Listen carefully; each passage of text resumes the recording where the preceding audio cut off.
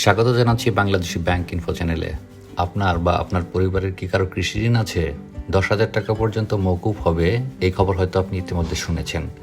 এই কৃষি ঋণ কারা মওকুফ পাবে, কিভাবে পাবে, সব প্রশ্নের উত্তর আজকের এই ভিডিওতে। তো চলুন শুরু করা যাক।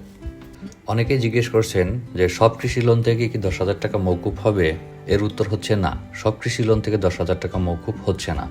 অনেক ঋণ গ্রহীতা ভাবছেন যে আমি যে লোন নিয়েছি সম্ভবত এখান থেকে 10,000 টাকা মওকুফ হবে। আপনি যদি এই ধরনের ভাবনা ভেবে থাকেন তবে আপনি ভুল ভাবছেন। শুধুমাত্র নির্দিষ্ট কিছু ক্রাইটেরিয়া বা নিয়মের মধ্যে পড়লেই আপনার লোনটি মওকুফ হবে। পর্যায়ক্রমে সে বিষয়ে আলোচনা করছি। কত টাকা পর্যন্ত মওকুফ করা হবে? কত টাকা পর্যন্ত মওকুফ করা হবে সে বিষয়ে নির্দিষ্ট কোনো সার্কুলার নেই। তবে প্রধান শর্ত হচ্ছে লোনটির আসল টাকা 10,000 টাকার মধ্যে হতে হবে, তাহলেই আপনার লোনটি মওকুফযোগ্য হবে। সুদ আসলে লোনটির বর্তমানে ব্যালেন্স যদি আরও অনেক বেশি হয়ে থাকে তারপরেও কোনো সমস্যা নেই। কোন কোন ব্যাংকের ঋণ এই মওকুফের আওতায় আসবে? অনেকে মনে করছেন যে শুধুমাত্র বাংলাদেশ কৃষি ব্যাংক এবং রাজশাহী কৃষি উন্নয়ন ব্যাংকের ঋণগুলো শুধুমাত্র মওকুফ হবে। প্রকৃতপক্ষে বাংলাদেশের সকল ব্যাংক যেমন সোনালী, অগ্রণী, জনতা, পূবালী সহ যে কোনো ব্যাংকেরই কৃষি ঋণ হলেই সেটা যদি নির্দিষ্ট শর্তের মধ্যে পড়ে তবে তা মওকুফ হবে। কোন ধরনের কৃষকরা এই সুবিধা পাবে? ধনী, গরিব, প্রান্তিক সকল ধরনের কৃষকরাই এই মওকুফ পাবে। তবে শর্ত হচ্ছে যে তা 10,000 টাকার মধ্যে আসল টাকা হতে হবে। যাদের নামে একাধিক ঋণ আছে তারা কি এই সুবিধা পাবে? জি হ্যাঁ, একাধিক ঋণ থাকলেও এই সুবিধা পাবে। যারা ইতিমধ্যে ঋণ পরিশোধ করেছে তারা কি কোনো সুবিধা পাবে? না, যারা ইতিমধ্যে ঋণ পরিশোধ করেছে তাদের হিসাব তো ইতিমধ্যেই বন্ধ হয়ে গেছে, তারা কোনো সুবিধা পাবে না।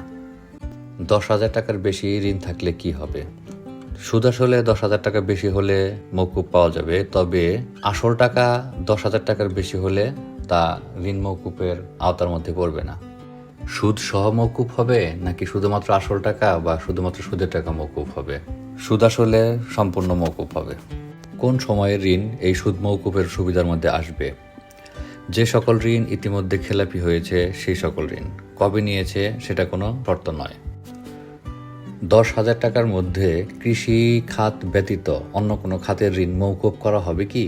কৃষি খাত ব্যতীত অন্য কোনো খাতের ঋণ মওকুফ করা হবে না, যেমন ব্যবসায়িক ঋণ, তাঁত ঋণ, গৃহ নির্মাণ ঋণ ইত্যাদি বিষয়ক লোনের কোনো টাকা মওকুফ করা হবে না।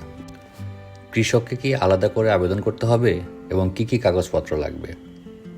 কৃষককে আলাদা করে কোনো আবেদন করতে হবে না। ব্যাংকের শাখা হতে প্রয়োজনীয় তথ্য বাংলাদেশ ব্যাংকে পাঠানো হবে। পরবর্তীতে বাংলাদেশ ব্যাংকের অডিট টিম সরজমিনে যাচাই করে রিপোর্ট প্রদান করবেন। রিপোর্ট সাপেক্ষে ঋণ মওকুফ করা হবে, এখানে কোনো প্রকার কাগজপত্র লাগবে না। এই সিদ্ধান্ত কবে থেকে কার্যকর হবে?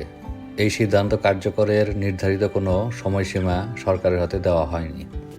ঋণ মওকুফের জন্য কি কোনো প্রকার ফি দিতে হবে?